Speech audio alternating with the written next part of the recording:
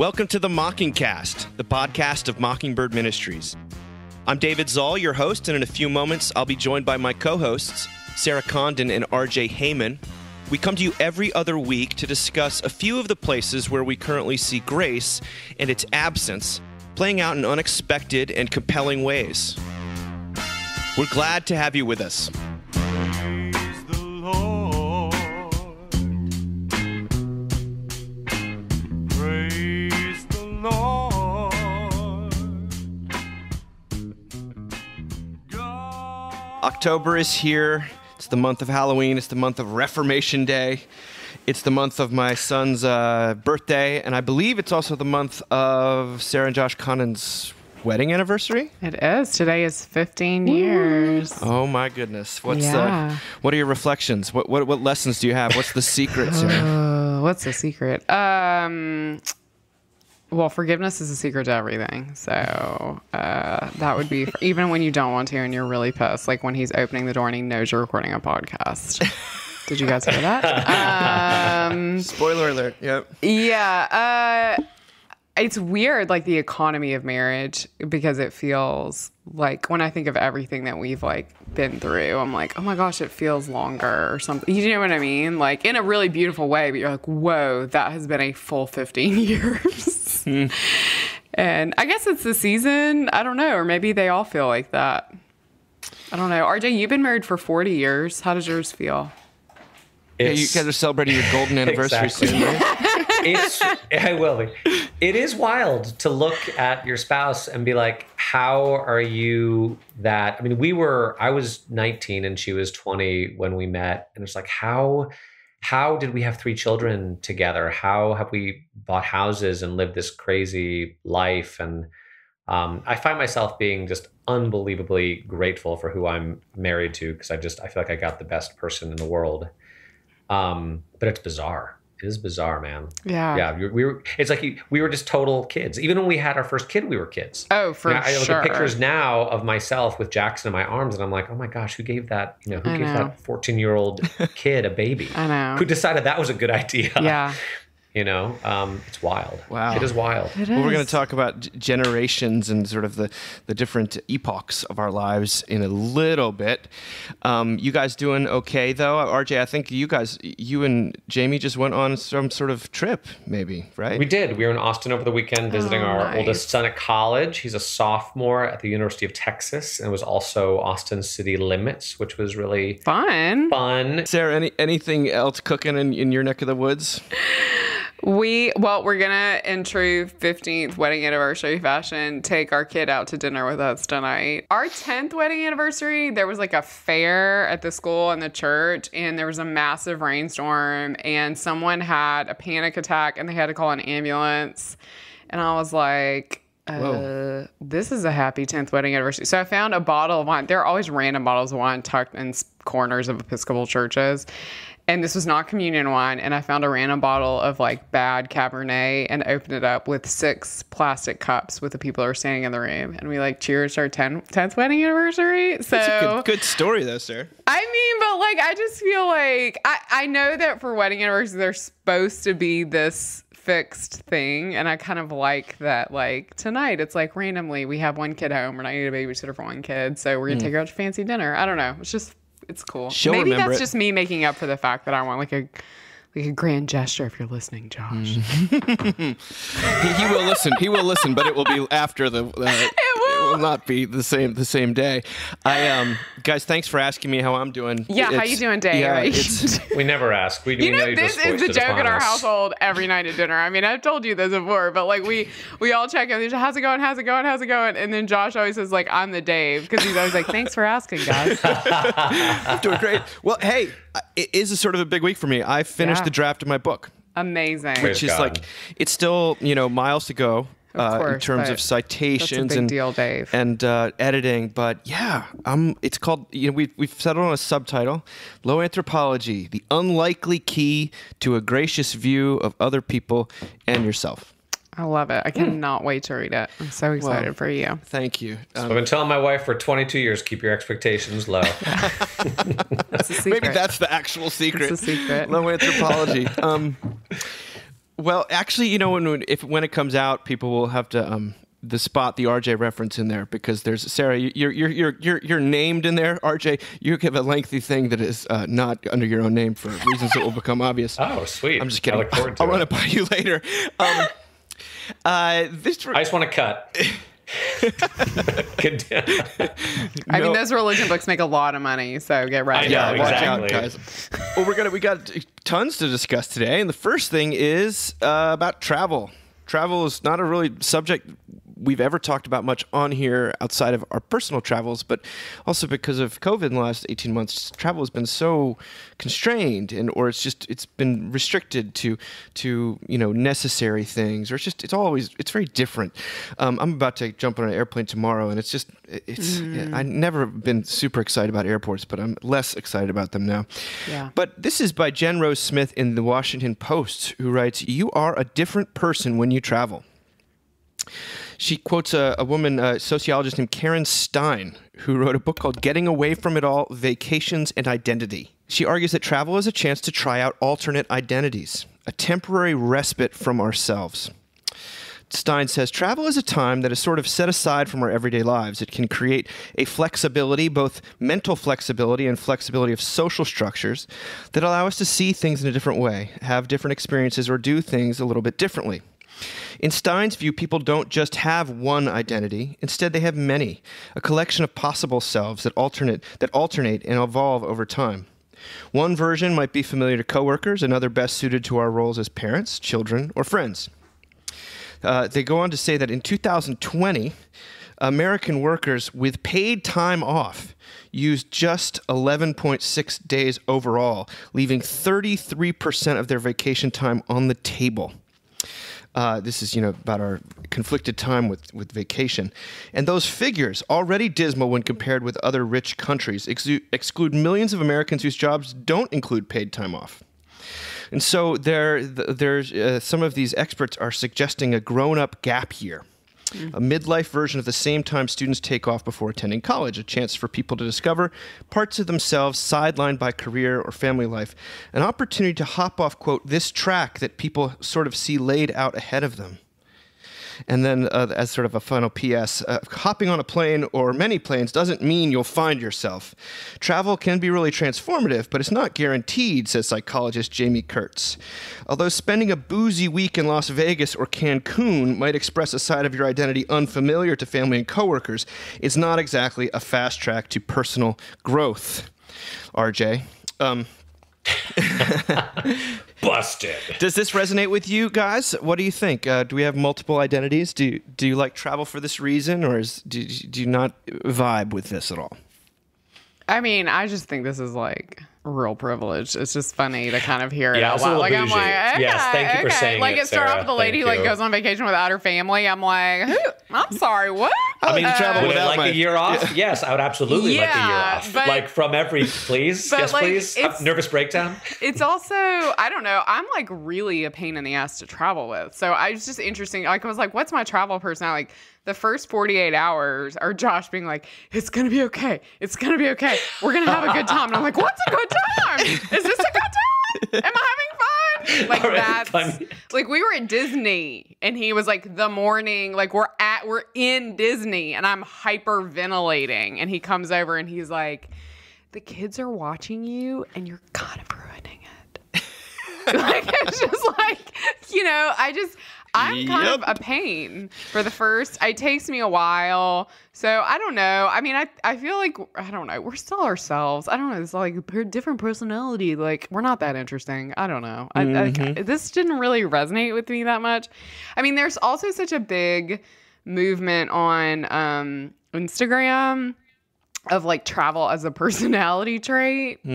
Because like I really like to travel. Like I like to travel. I just like to travel. We travel a lot, and it's just I'm like, unmoored, unwilling to commit. yeah, I'm You just know? like do you? I don't know. It's travel is like also weirdly tainted because it feels sometimes like people only go shit. I think I've only gone places sometimes because I get to put a picture of it up on social media. Like, I don't know. And Wow. people didn't always travel. Like, it's a new thing that we travel. I'm anti-travel. Nobody gets to go Anti-travel. anywhere. Okay. Nobody gets to go anywhere. Hot takes over here. I love it. I'm just a nomad. Like, what can I say? Oh my God. I can't even watch that. There's that movie that everyone's talking about called Nomad. Just the title of it. I'm like, I'm done. I'm not watching this. I don't care how many awards I get. Well, RJ, do you have a slightly less RJ, do you have a more gracious take hostile on travel? relationship? I will also say that I'm difficult when I travel, but for a different reason, which is I travel really for like adventure and exhilaration. And, like this summer we were in North Carolina for a while, and I just had to find like, is there a cliff that I can jump off of into a cold body of water anywhere within 2 hours of here? Because we're going there. And finally, God. my wife is like, I am so done with this. I just need to chill out. Why can't you? Don't you know how to relax? I'm like, no, it's always that's with the not cliffs why I and the go jumping on with RJ. Yeah. vacation. I go to like do something not terribly dangerous, but mildly dangerous. And now I have 2 teenage sons who can go do mildly dangerous things with me, which is really fun. And a 5-year-old who's crazier than any of us. I related to some of it. I think the idea of being someone else when you travel, or having the opportunity to be someone else, that resonates with my younger self, I would say. Like, that's one of the things I love about that movie Lost in Translation with Bill Murray and Sofia Coppola, is there is something that when you're in an unfamiliar place by yourself, the world kind of opens up, and you sometimes do end up having relationships, romantic or otherwise, with people that would not have been possible if it weren't that you were both kind of in a disembodied space. So that I relate to. I think now, and the other thing is, I also recognized at some point that when I went somewhere unfamiliar in my younger days, I just got really curious about everything, because suddenly, street signs looked different, and cars looked different, and everything looked just different enough that I started to wonder, what would it be like to live here? And it was sort of brought me back into the moment. And I sometimes tried to do that in my regular everyday life, try to get more curious and more like to notice things that I might not notice. But now that I'm older, I don't have the time or energy to do that anymore. I find that harder to do, to sort of inhabit that slightly off-kilter space where you notice things more specifically. What I will say now is that when I am able to go away for any length of time, sometimes what happens is I realize that all the things I'm concerned about in my so-called important life just aren't really that important, and it's going to be okay. And to get it's healthy to get some distance from things that really stress you out sometimes, to realize that like, it's going to be okay. You don't need to be so enmeshed with, everything that you think. Get a is so little important in your detachment, day-to-day life. little. Yeah, a little detachment. So I think travel is helpful that way. Well, I'll just say it, guys. I'm really good at traveling. Are you? You guys are both killing difficult it, to crushing travel it. with. It's one of the things that didn't roll to, almost always surprised by it. Like because I traveled so much as a kid, and Would Kate say that too? Would Kate say you're good at traveling? yes, she actually would. Nice. This is one of the places she's like, oh, Dave comes alive Is she when he there? travels. Like, are you sure? Guys, I have a hard time saying positive things about myself sometimes, so just deal with it. I like it, and I feel more myself when I'm traveling, to be honest with you, because it relates to, studying abroad and living abroad and all this stuff. And yes, there's clearly like a privilege element to it, except for Sure. I don't remember staying in many like nice places. We were, I remember sleeping on trains and stuff like that. Hostels, yeah. So because I feel general rootlessness in my life, just I don't identify with that kind of home thing that people have that we've talked about before. I feel almost more at ease when I'm traveling. And so when we had a sabbatical a few years ago, that ended up being a really, really wonderful time for our family, because it kind of brought out a side of me that I'd forgotten about, And I read this thing about people wanting to get off the track that they feel has been laid out before them. I mean, that sounds like that's fear. That's midlife. That's Right. That's 38. captivity. That's what people don't want. And I recognize that about travel, but I also know that I've just dealt with some college students who just got back from a weekend in Las Vegas for fall break, and they're basically saying that they have the biggest moral hangover of their lives. So they're not enriched in any regard. The people who stayed here and did other things and went and saw a sibling had a much, much better time. So and I think that, by the way, that when you say that influencers are sort of like, there's this immutable trait about human nature. Oh, I'm just a traveler. Mm-hmm. That's usually code for something else. I mean, it's like I'm never satisfied. I'm just constantly running away. I can't handle. I think the solution to my problems is another zip code. It's like that's. Yeah. I mean, it's funny. Like, I was so harsh, but I do think about how little my parents got to travel and how much they wanted to. And they went to Puerto Rico with their really good friends, Rick and Randy. And they were someplace where it was something cruise. I don't remember, but it's a beach where like people would take the mud and wipe it on their bodies. And I had seen my dad without a shirt on less than 10 times in my entire life. Man was always fully clothed, okay? It was like Frasier raised me. And he... Tobias Funke. Well, and he was we know standing, about those greeting cards. Yep. I mean, they're like in their 60s, standing there in their swimsuits, and they have clearly rubbed mud all over each other. And they look so happy. And I was like, who are these people? Like it was just like this like amazing... and there were so many places. This mom was dying to go to England. Yeah. I mean, it's all she ever wanted was to go to England. She didn't care about any place else. And, she never got to go. So, yeah, I know. My brother and I talk about that a lot, how we want to take a trip. Because England's, I mean, it is a privileged thing to say, but it's not that big a deal to go to England, And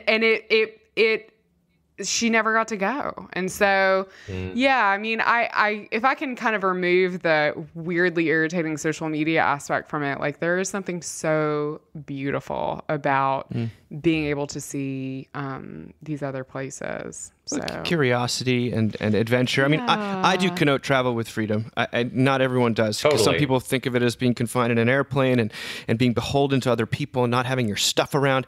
I'd rather sort of live without that stuff. And I know that is somewhat dispositional. Or maybe it's just a desire to escape who I am. But I think it works either way, right, Dave? It works either way. I notice people, for example, that don't make a lot of money, but what they save for are not, additions to a house or a new car. Right. They save for trips. Right. And I think that we've talked about it before, but like giving gifts that. I think you can buy kids toys, or you can sort of get an experience, and I generally think that the experience is the more powerful gift. But it also maybe that's just me talking. RJ, you're have you asked your kids though? Says the man with toys lining the mantelpiece so directly true. behind. Literally, his there's head. like a mountain of Says plastic the man toys. obsessed with garbage pail kids. Yeah. And, All right, He's like, moving on. I'm into experiences. Moving on. And plastic No, Dave, from you got- 1974.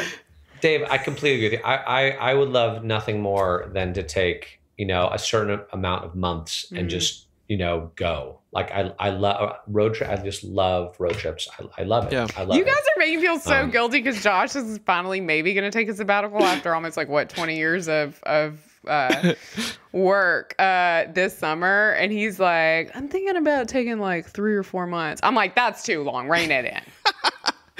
We need to be here. I'm the worst. Okay, what's our next article? Our Dave? next article is fascinating. It's by Louis Menand in The New Yorker, who says it's time to stop talking about generations. Now, we talk about generations quite a bit. And there's a lot of generational talk, of course, in the Bible, which he surfaces. He talks about the concept of a generation being somewhat new. He says the term is borrowed from human reproductive biology. In a kinship structure, parents and their siblings constitute the older generation. Offspring and their cousins are the younger generations. The time it takes in our species for the younger generation to become the older generation is traditionally said to be around 30 years. For the fruit fly, it's 10 days. That is how the term is used in the Bible. And he says around 1800, the term got transplanted from the family to society. The new idea was that people born within a given period, usually 30 years, belong to a single generation. There is no sound basis in biology or anything else for this claim, but it gave European scientists and intellectuals a way to make sense of something they were obsessed with, which was social and cultural change. Today, the time span of a generational cohort is usually taken to be around 15 years. People born within that period are supposed to carry a basket of characteristics that differentiate them from people born earlier or later. But this supposition requires leaps of faith. For one thing, there is no empirical basis for claiming that differences within a generation are smaller than differences between generations. People talk as though there were a unique DNA for Gen X, even though the difference between a baby boomer and a Gen Xer is about as meaningful as the difference between a Leo and a Virgo. He's really going after it. We don't believe in it. Decade thinking is also Or a 2 and a 9. Hey, now, you know the Enneagram's in the gospel. Keep going, Dave. Decade thinking is also deeply embedded. Like, she's a 70s person. He's a 80s guy. Yeah.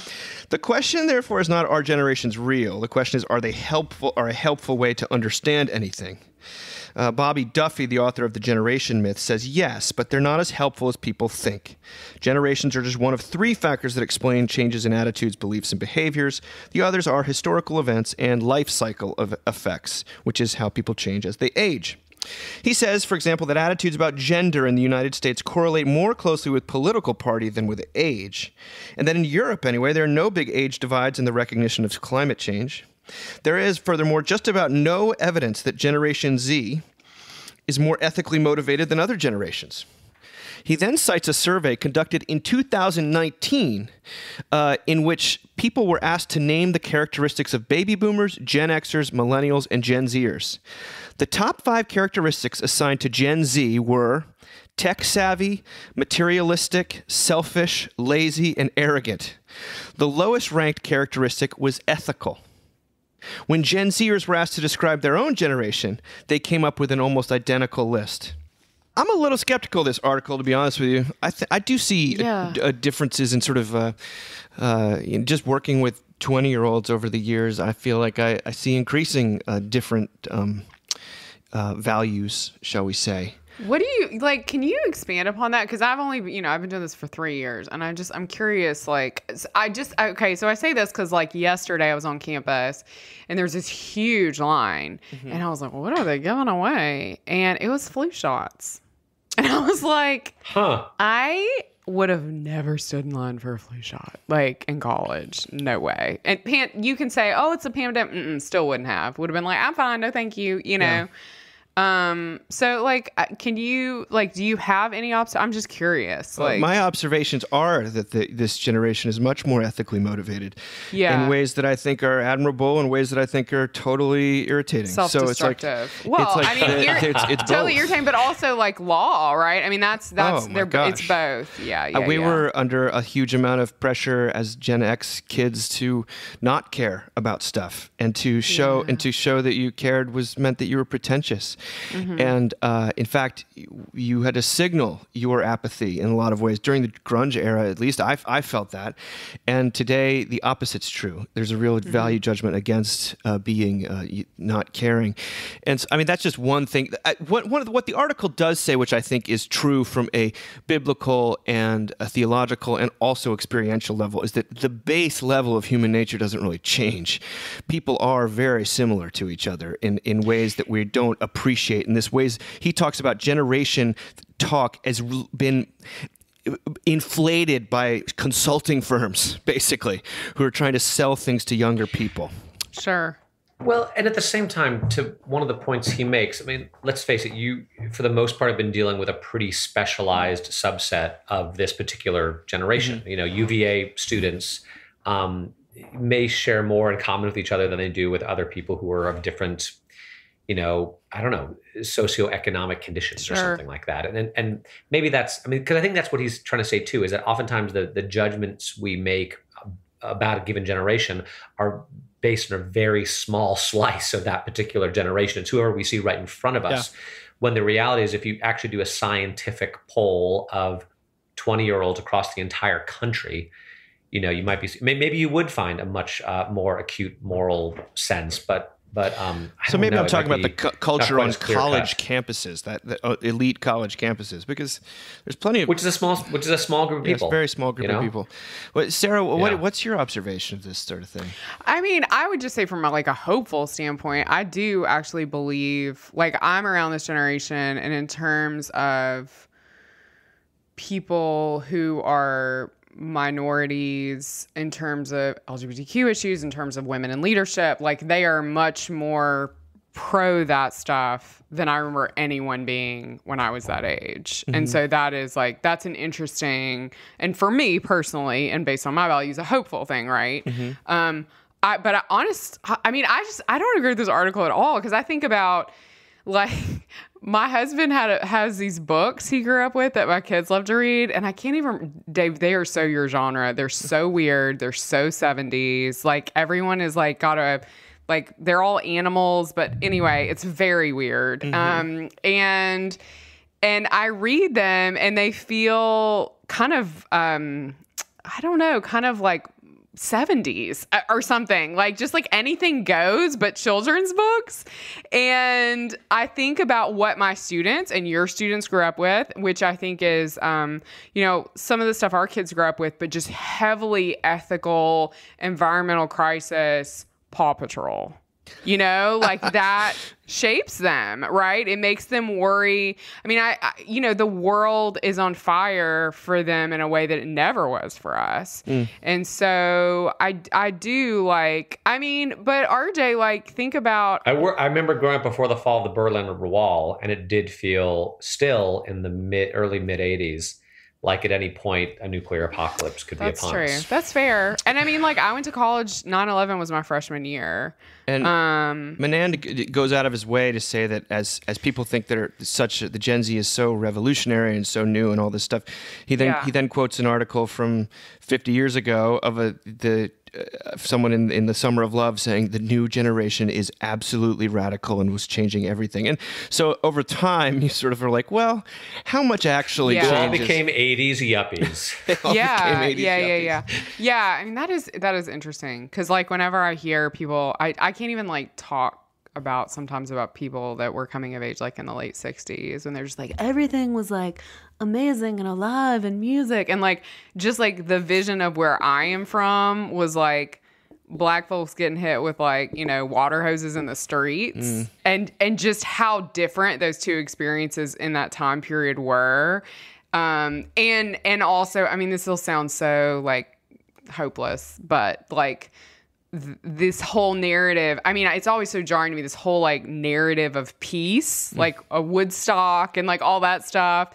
And yet so much violence happening, right in front of people, and they're just not a part of it. I don't know. So and that's not to say, like, oh, I would have been a part of it. That's to say, no, I probably would have been a Woodstock and a bra, like, that I burned. You know what I mean? But, like, that we always think we're sort of the revolutionaries, and it turns out, like, maybe we're just missing the whole thing. I don't know. We're actually all sellouts. Well, I mean, I don't know. No, That sounds so bleak. well, but there is some truth to real. this stuff, and there's some lack truth, of the truth to it. I think that, like, he gives an example of the silent generation, which was the pre-baby boomer generation.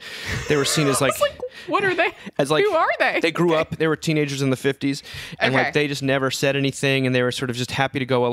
And then he lists, like, 30 people, from, like, Muhammad Ali to Abby Hoffman to, like, Gloria Steinem. Gloria Steinem is like, none of these people how were silent. What are you talking interesting. about? And that Right. it is worth it. Maybe it's like travel. It sort of jars you out of the assumptions you make that are you Yeah. have to make in order to not constantly be reevaluating everything around you.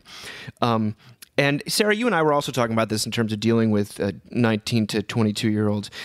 Although there are some different trappings, and I do see a lot more sort of student activism and stuff like that. At the end of the day, when they're all just, they want to be loved, and my gosh. they're all afraid of. They're all really, Yes. in my sense, they're just under so much more scrutiny than we Yeah. were, partially because of the internet. And Right. I admire the younger generation, but I also see the too. core struggles and the core problems, and maybe this is a low anthropology thing, that we're actually united generation to generation by our weaknesses, our limitations, and our problems that are not that dissimilar. Though he does say that the internet did mark a sort of a actual watershed in difference between digital natives and non-digital natives and sort of how they experience the world. RJ, you're about to say something? I was just going to say, that the article talks about using these ideas as a way to understand people, but the reality is what we do is we use these tropes as a way to judge each other. That's true. That's just what we do. Boomer versus Xennial and Gen Z versus I don't even know what. And I was thinking about that, like, to what degree do I enforce these stereotypes or these tropes on people that I meet before I even meet them? And to what degree does it hinder my ability to treat them and hear them out as an individual? And also, thank you, Ted Lasso, to not be terribly curious about their individual experience. Because you find when you actually talk to people and get to know them and find out what their lives were actually like, it's just so much more infinitely interesting, than some generational trope. And I've experienced this the past couple of days just at church, actually, where we've been like doing little Bible studies on parables, and people have talked about the difference in generations and how certain generations were savers and certain were spenders and certain knew the value of money and certain others were much more comfortable with debt, and making all these hyper generalizations. And I don't know, it's maybe a little sad. Yeah. It's like how, maybe talk to someone of a different generation than yours and find out what their life is actually like. Because chances are they're just doing the best they can. And there's a reason that they're making the decisions they're making, as has always been true. So it made me want to tamp down a little bit the degree to which I buy into any of these messages I'm receiving from the wider culture about generational difference, because it's just not helpful in interpersonal interactions. I don't think. Well, it certainly informs the way like we do church, right? I mean, this constant drumbeat of like, well, millennials like this and Gen Z like this. And I find that some of that stuff is descriptively true. But I will say that the preaching something that's universal, or the deeper I go into my personal experience, tends to be the deeper the more I resonate across generations and across things. And like, and most of that stuff has to do with some exposure of things you're not proud of. So it's like the sermons that I feel like get the most response and the widest response and the deepest response almost are always about some form of human suffering that doesn't really shift that much according to generation. And so we're plumbing something deeper, but that also cares deeply about a person's individual experience. So it's it's that beautiful kind of paradox. I don't like that word, or tension. I don't know. What, do you guys have that experience in preaching?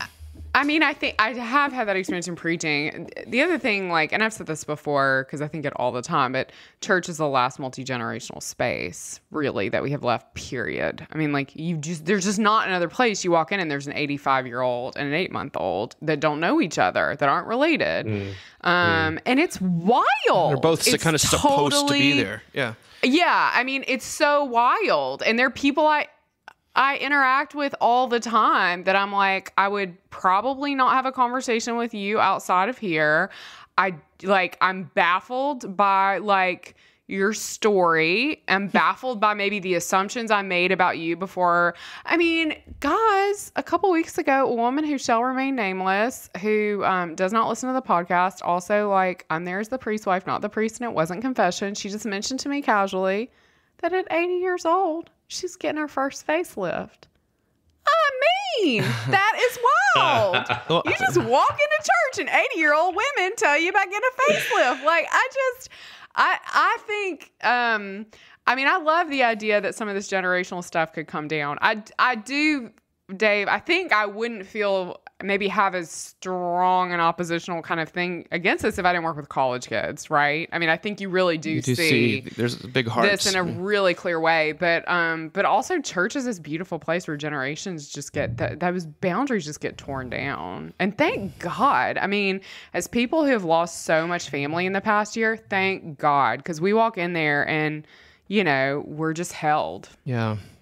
It's also a place where whatever you post to social media doesn't necessarily matter because most people aren't going to know it. It is striking when you see people really getting along in church and you're friends with both of them on Facebook, Right. and you're like, ooh, If you only knew. it's amazing, Right. amazing what happens when people actually interact, on an interpersonal level rather than just through some angry, medium. Well, we're going to talk about a little more about human nature in this article that Arthur Brooks wrote for The Atlantic about the difference between hope and optimism. I believe we may have surfaced this difference when we did a little mini episode about hope a long time ago. But this is a kind of an update on it. For starters, hope is better, Brooks writes. And then he gives this example. He says, during the Vietnam War, a U.S. Navy vice admiral who was held for more than 7 years in a North Vietnamese prison noticed a surprising trend among his fellow inmates. Some of them survived the appalling conditions, others didn't. Those who didn't tended to be the most optimistic of the group. As the Vice Admiral James Stockdale later told the business author Jim Collins, they were the ones who said, we're going to be out by Christmas. And Christmas would come, and Christmas would go, and Easter would come, and Easter would go, and then Thanksgiving, and then it would be Christmas again, and they died of a broken heart. Brooks says, I have noticed a less dire version of this pattern over the past year and a half as COVID-19 has slowly transformed from a temporary inconvenience into a new way of life. Those who have struggled the most have been the optimists always predicting a return to normality, only to be disappointed as the pandemic drags on. Some of the people who have done the best have been downright pessimistic about the outside world, but they've paid less attention to external circumstances and focused more on what they could do to persevere. There's a word for believing you can make things better without distorting reality, not optimism, but hope. Just as Stockdale found, optimism often isn't the best way to improve your well-being. The research shows that hope is a far more potent force. He then concludes by saying, optimism is the belief that things will turn out all right. Hope makes no such assumption, but is a conviction that one can act to make things better in some way. Hope is more than a, quote, nice to have for well-being. Lacking it is disastrous. One might argue that having hope is mostly a matter of luck. You were born with it. This might be partially true for optimism. One study finds it is 36% genetic. Whether hope has a genetic link or not, most philosophical and religious traditions regard it as an active choice, even a commandment. Indeed, it is a theological virtue in Christianity. It implies voluntary action, not just happy prediction. So the difference between optimism and hope, I think he honestly gets Christianity completely wrong here, but Yes. he does say, I do understand that the optimism is sort of a happy prediction that things are going to turn out okay, and hope is the in specific instances, and hope is a more lasting. The final word will be a good one, even if the Conviction of things. conviction. Yeah, tell me what you think about this. The conflation of hope with action feels like a strange place to go. that. I mean, God Yeah, I gives didn't like hope, that. not God is hope. You know. Yes. Yes. Sorry. Continue, RJ. No, that was exactly my thought was to say hope is doing something about it. Like, envision a better. He lays out like a 3 or 4 point plan where it's like envision a better future, take action. And like if hope is just about my ability to envision and act, like, oh man, like God help me. I think there is a difference between blind optimism and hope, but to me, hopeful action has to spring from an attitude of hopefulness, which has to be rooted in some kind of belief that defies the current circumstances, right? That says there's something more going on here. I do think, not to be strange, I think I've been able to maintain a certain amount of hope during this pandemic. I'm getting a little tired, to be honest with you. I'm really ready for it to be over. And the hope has led me to do some things, to be in action. But I think what it boils down to is do you think that something is happening, that God is present and active, that he is doing something even in the midst of difficult circumstances? Because if you think he's with you and he's doing something for your good and for the good of those you care about and the good of the world, then it gives you a little bit of motivation to maybe try and put one foot in front of the other and keep moving forward. If you think you're alone and everything is meaningless, then you're sunk. So I think hope is something, but like you said, it has to come from outside of you. If you're counting on yourself to bring about hope through your action, that it sounds like just a very quick path to deep depression. Flimsy, very flimsy. Yeah, Sarah, I can't imagine you have anything to say about this subject. Oh, it's funny. I have to say this to get it out of the way because otherwise I'll just think it. But I was thinking so much about your dad this morning, Dave, because there was a helicopter that was like hovering. I'm sure it was like for traffic. It was like 6:45 in the morning in Houston, but pretty close to the house. And Annie was out there with me this morning and she was like, I think it's an alien. And I kept thinking like, just about like that whole notion of like, Jesus came from the outside, that grace has to come from the outside. And that like, there's something really beautiful about looking up to aliens with hope. You know what I mean? I don't know. I just, but the real thing for me,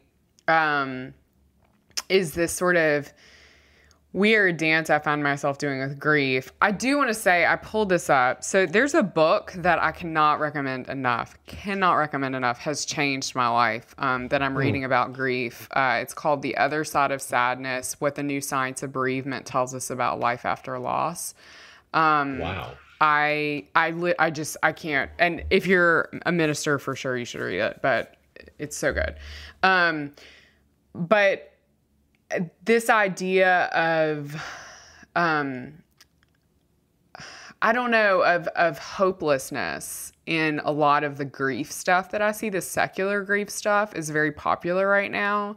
So, you know how there are like people out there that give like deep theological advice and have literally no education? Well, there's people that do that for grief too. And they have no therapeutic education at all. They've just had someone die and they've got a lot of thoughts. And there's a really popular Instagram account I follow. And this woman who runs it posts some very helpful things, but she posted something recently that was like, it is hopeless. Don't let anyone tell you there's any hope. And I was like, my first response was, Jesus, clearly not Christian. You know, like that was like clearly maybe, I mean, not even religious, right? Like it was like, whoa, what a kind of scorched earth thing to put out there. And I know that she's trying to like run up against this narrative of, that people have to be hopeful that everything's going to be better. But it just was like very, it was sad for me that other people who were in grief were going to see that and think it was, think that was the end of the paragraph. Do you know what I mean? Like that was the final word. Yeah. Gosh. But all that stuff is like, it's very tricky. It's like, it's very tricky. Yeah. I mean, I think as a Christian, you just don't do, there's always hope. Like it doesn't mean you paper over reality with whether you believe it or not. Whether you believe it or right. That's the gift. It's like that is the gift. I think, whether or not you don't have to believe it actually at all. It's an objective truth. Yeah. I can be pessimistic about human beings without being an unhopeful person because my hope is not rooted in human beings. It's extra. It's out external, right. And I think that's just a missing link. But they're trying to lose hope when I'm optimistic about human beings. Yeah, and they're it sounds like that influencer's probably in that I can't say for sure, but sort of trying to get away from that like toxic positivity stuff. That's like you always have to. There's some relief in someone saying it's okay to be hopeless because let's face it, all of us are a little hopeless sometimes. But that doesn't mean there isn't hope. Yeah. That's like it's not this then permission to sort of that you are the final authority on these things. Like if anything, your perspective is quite limited. Right. I don't know. But Sarah, this clearly hits your personal experience a little bit more immediately. It does. It's a weird. I mean, I feel like I'm living in these two worlds. I should say what I mean. That are like the expectations of Christianity that puts on your grief. Mm-hmm. And this book actually was very freeing from both of these things. And then the expectation of sort of like secular layman therapy that puts on your grief, a lot of which is, I won't go into it, but sort of founded in Freud and is like very not scientifically based at all, and there's no research around. So the stages of grief, all that stuff is like wrong, which is really fascinating to read. And one thing that I found very encouraging as someone who makes a shit ton of jokes is there actually, if you were going to make stages, there should be a whole stage called humor, because it is actually incredibly important, both for your brain to kind of take a beat. And also for your memory, you can still have joy, but often in our culture, and this has definitely been my experience, when you have joy or laugh or funny or whatever, people are like, oh, you're in denial. Yeah.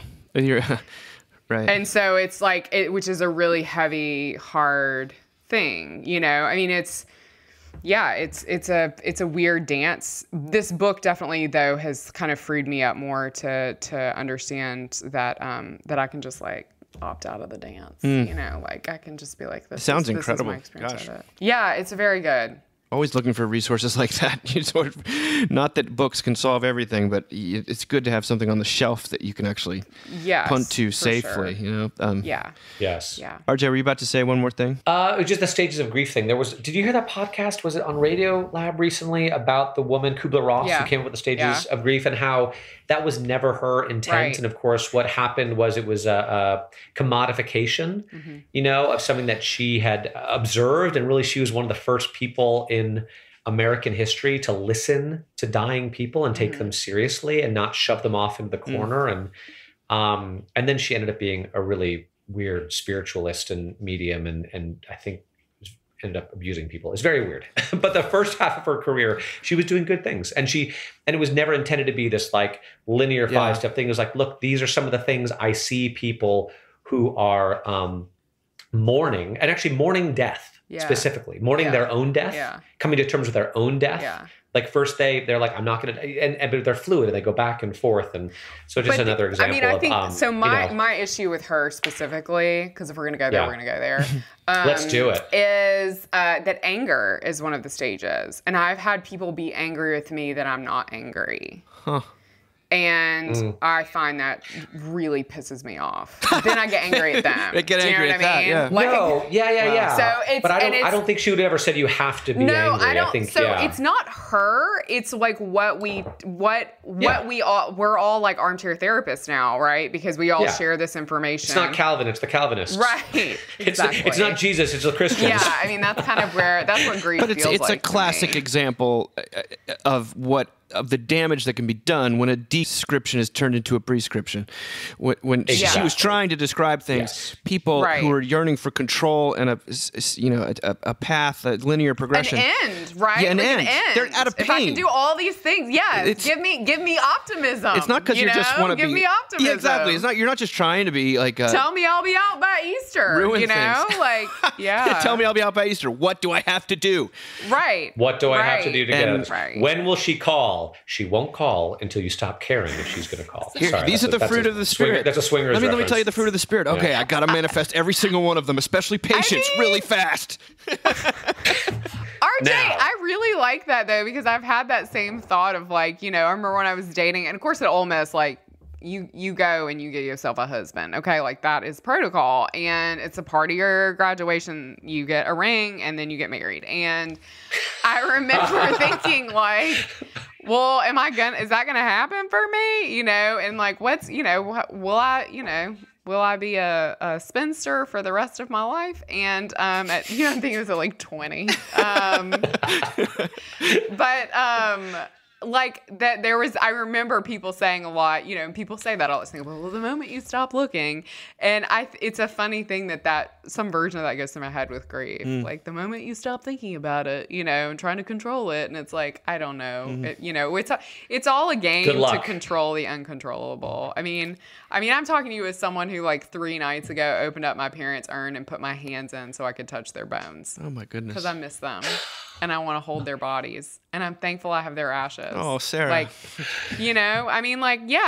truly, like, so when I see these, like, this is how grief should go, it's like, where's the stage where you reach into the urn and put your hand in their ashes and weep?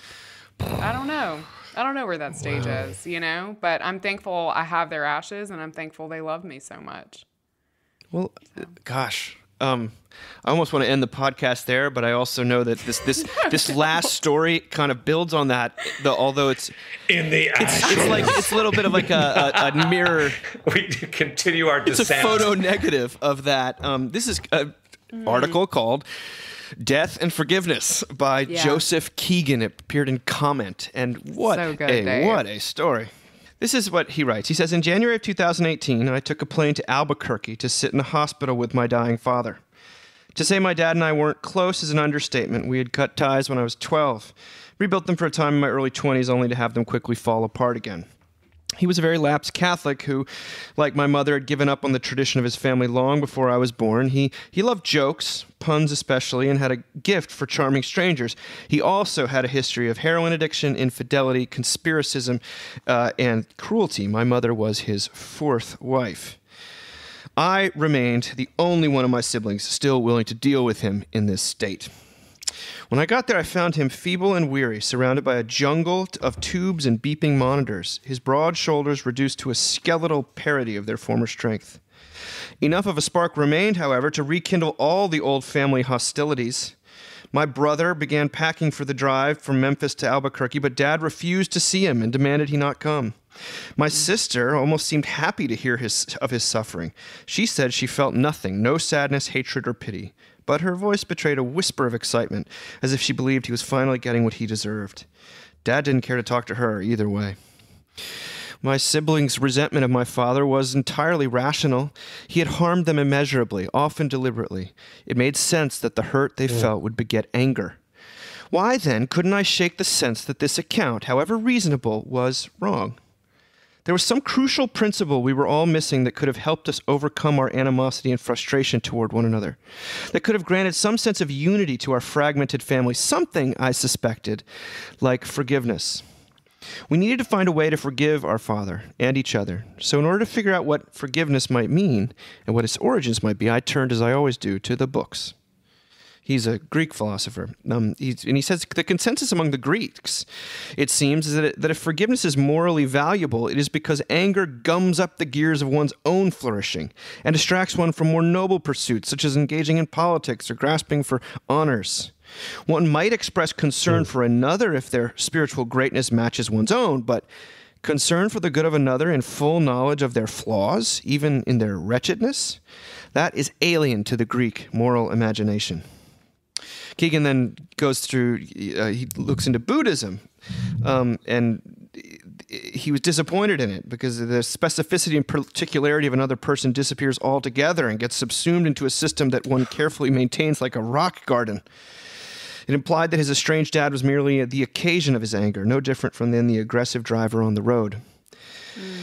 Yet Keegan is sort of apprehensive to look for forgiveness in Christianity, which he believed was, quote, too good to be true because it papered over the real ugliness of the world with a happy message about hope and love.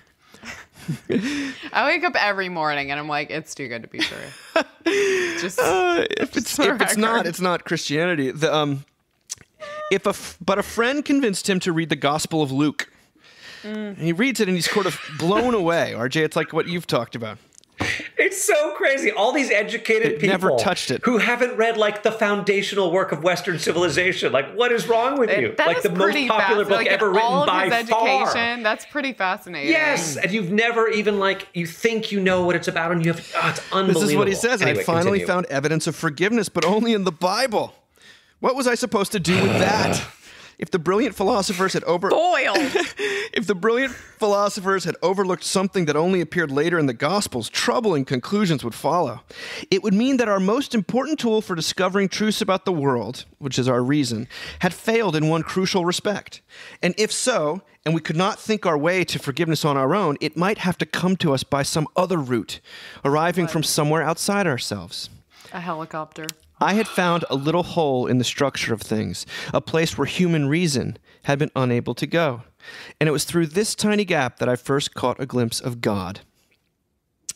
Now he goes on. I know it's a long reading, but here's the rest of it. The ancient philosophers of Greece, Rome, and the East were not stupid. They were some of the smartest, most perceptive, and thoughtful people who have ever walked on this planet. And yet for each and every one of them, the idea that we should love our enemies would have registered as self-evidently absurd. They might insist that we avoid having our souls poisoned by grudges, but the idea that we should love people who harm us would be ridiculous to them. And yet here, in Luke, Christ tells us to love our enemies. Later, he shows us what it means. Hanging on the cross, in the process of being tortured and executed, Christ looks down onto the people responsible for his death and prays to God to forgive them. He is not ridding himself of anger to achieve spiritual tranquility. He is not trying to restore the balance of the universe. He's not trying to showcase his own virtue. What stage of grief is he in? Okay, sorry, keep going. His concern in the midst of his execution is for the good of those who have wronged him. And it is entirely for their sake that he utters his prayer of forgiveness. He talks about then going to a Catholic church and being kind of disappointed in the Christian community, like many of us are, and finally ending up, a friend of his is an Episcopalian and invites him to come hear this friend preach. And he said, I had not been thinking much about God, and so I attended the service to support this friend. This is such a great description. Disappointments with churches in the intervening months had left me uninspired about Christian community. Immediately upon entry, I found their excessive welcome signage a bit too forced. So funny. Their liberal politeness a bit too cloying. I didn't sing the hymns. I wasn't thrilled about being there. But then the readings began. God answering Job from the whirlwind, describing his laying the foundations of the world and setting a limit to the waters. Psalm 107, a call to God while sailing on a tumultuous ocean. Jesus in Mark stilling the raging sea, and the Apostle Paul imploring me, now is the acceptable time, now is the day of salvation. I can't remember exactly what I felt sitting in that pew, but I had heard, it seems, what I needed to hear. I stared at the floor for a while, the problem of the universe, in Melville's terminology, revolving in me. But when the time came, I stood, kneeled in the aisle, walked to the altar, and the body of Christ, the bread of heaven, reached out my hands. Just read the damn book. I mean, it's, yeah, there's that. But it's also just such a beautiful, I mean, do you call this, do you call this apologetics? Like, it feels like apologetics to me a little bit. Like, well, it helps for someone who really knows what they're talking about Greek philosophy, for me to say, hey, these youth ministers throughout history have not been kidding around. Like the idea that you would be told to love your enemies, show grace to those in their worst moments, it was anathema to.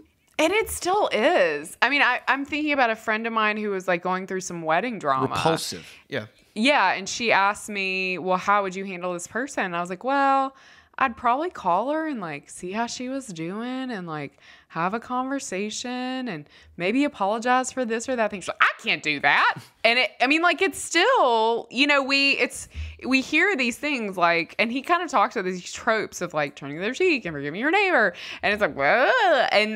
And they're real like demands of us. They're real demands of us, and also they're real demands of us in marriage. Like, as I'm sitting here on my 15th wedding anniversary, like one of the hardest things I've had to learn to do in marriage is just to say I'm sorry.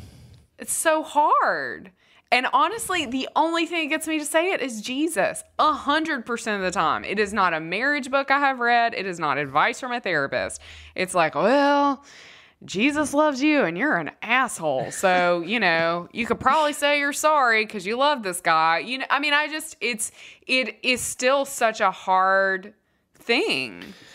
Right? I mean, it is this. And that's, it's so funny. That's someone you love. I mean, he's trying to talk about someone who is hurt, who is willfully has carved a mammoth wake through the world and his children's lives, and has actively done them wrong. And there's no way to minimize this with talking about his own circumstances or he's a kind of a bastard, this father. And at least the portrait we get is that he was time and time again. Knew what the right thing was to do and did the complete opposite. Yes. I have I have a family member who has said all the wrong things since my parents have died, and has said he does not listen to this, I'm certain. And if he does, hey. But has said like about something about my father. If he would have known how much attention he would have gotten in the wake of my father's death, he might have done it himself. What? Which he said as a joke. Wait, what? I know. And this individual has dealt with a tremendous amount of addiction, a tremendous amount of issues in his own life with his own children, and just says really painfully wacky things, right? Always has. Guess what? Both your parents died in a car accident, not going to get better, okay?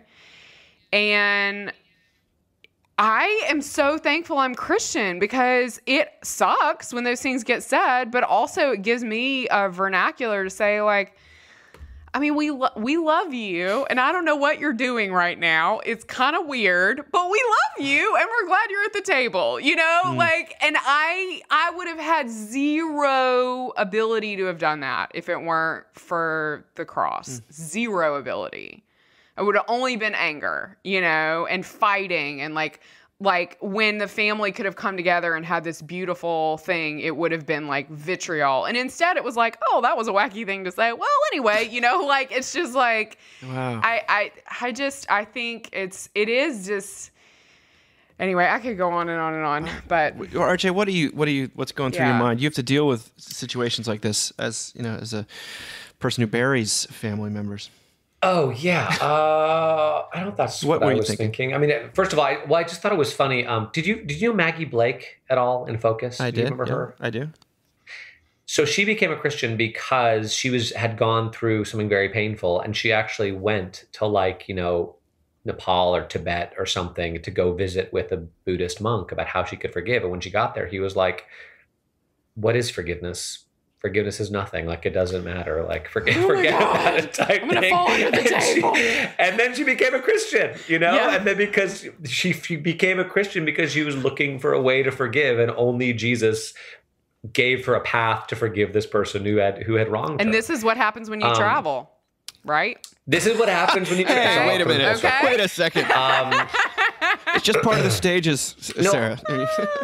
I was thinking on a more macro level, and I think I maybe said this before, but I'm just always shocked when there are people who are just wonderful, morally upstanding, lovely people who want to have nothing to do with Jesus at all, when they don't realize that everything they believe in is true, comes 100% from Jesus. That's and so not from anywhere else. Yeah. And like, yes, our world is broken and messed up and divided and could be so much worse. You know, you read, it's the whole Tom Holland thing, you know, you read about what Greco-Roman civilization was like, and you're like, oh my God, it was Kill the weak, awful. kill the weak, the outcast. Kill the weak, and they have no value. And why would you ever do anything for anybody else unless it was going to come back to you? Yeah. And we still clearly, like, that's a big part of human nature, and that's a big part of how we live today. And I think sometimes we, you know, as someone who is part of a church, I love my church to death. I do, and I love the people. But you also wonder, like, how your church is going to land when someone who just walks in the door, like this guy who's doing his friend a favor, you know, but to see the Holy Spirit at work in this guy's life, like, God is just like, I'm not letting you go, man. You're mine. I'm getting you. You know, God is just after this guy. Like, you're going to read the Gospel of Luke. You know, I'm going to get you back in a church. And when you least expect it, I'm just going to sucker punch you with love you can't imagine. You know, and that kind of goes back to that whole thing. You only get it when you least expect it, sort of. You know? I just keep thinking, like, God's like, you're going to walk into this, like, somewhat lame church with a giant poster on the wall that says, we don't make you check your brains at the door, but guess what? You're going to check your brain, and your heart's going to fall apart. Because they're not actually in charge of this church. I am. Go where reason cannot go. Somewhere. Again, it's the difference between hope and optimism. Optimism, I think, is sort of, we can figure this out together. Yeah. And we have the tools. But hope is saying that, like, In fact, We when have the your technology. brain fails or is so caught up with its own biases and disease, that God operates beyond reason and in the realm of the heart. Yeah, it was like- and sorry, sorry. what are you saying, RJ? No, like the Mr. Rogers story you told when he was in that church. He was a young, seminarian, listening to the sermon he thought was the worst sermon he had ever heard in his life. And he looks next to him, and like the person next Was to it him his is like wife? weeping Yeah. bitter tears, something like that. And he's like, "Oh my God, I'm a jerk. I'm the worst person I love ever." that. Well, I love this article by Keegan. I mean, it It's kind of so gives you a beautiful. whole primer on Greek philosophy that I'd It does. kind of It's forgotten. great. And he talks about what Aristotle and Epicurus did, and it was If you went to Mississippi Public School, you'll be reading this for the first time, but it's good. Well, You should and read it's- it. And it's so hopeful. It's so hopeful too, because it just nobody converted this guy. It was just 100% God, So good. And I also say for all those people out there who are thinking like, maybe I should invite my friend to church, even though it's going to be really embarrassing, and maybe I can just get him or her to do me a favor by showing up. It's like, well, maybe you don't know the soil that has been tilled and the seed that's been planted in that person's life Yeah. and what's going on with them. And, people never really tell you also what's you- actually happening, right? I mean, no, and that you can never and at the same time don't ever take credit for anything, because God is always working behind the scenes. So that's a beautiful note to end on. I just heard back from Tom Holland, who will be speaking for us in April. So Oh my God, Spider-Man? Awesome. Spider-Man will be there, but also the British historian and author of Dominion, Tom Holland. And That's I'm hearing amazing. back from other so people, exciting. and we're trying to put together a 2-year plan for it. So Oh, good. yeah, because it's just who knows what COVID will allow, but we're going forward with that April 28th to the awesome. 30th. Oh, I don't have it written down yet, so that's good. Write it down, please. Okay, you two. Thank you so much. We'll talk to you in a couple weeks, and have a glorious October. Sarah, good luck with the next stage. As you, Oh, thank you. I will let you know how it the next goes. 15 years. all right, bye, you guys. Bye.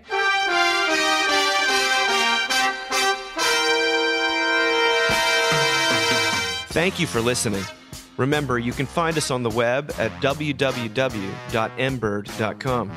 And we'd always love to hear from you at info@mbird.com. Audio production for the Mockingcast is provided by TJ Hester.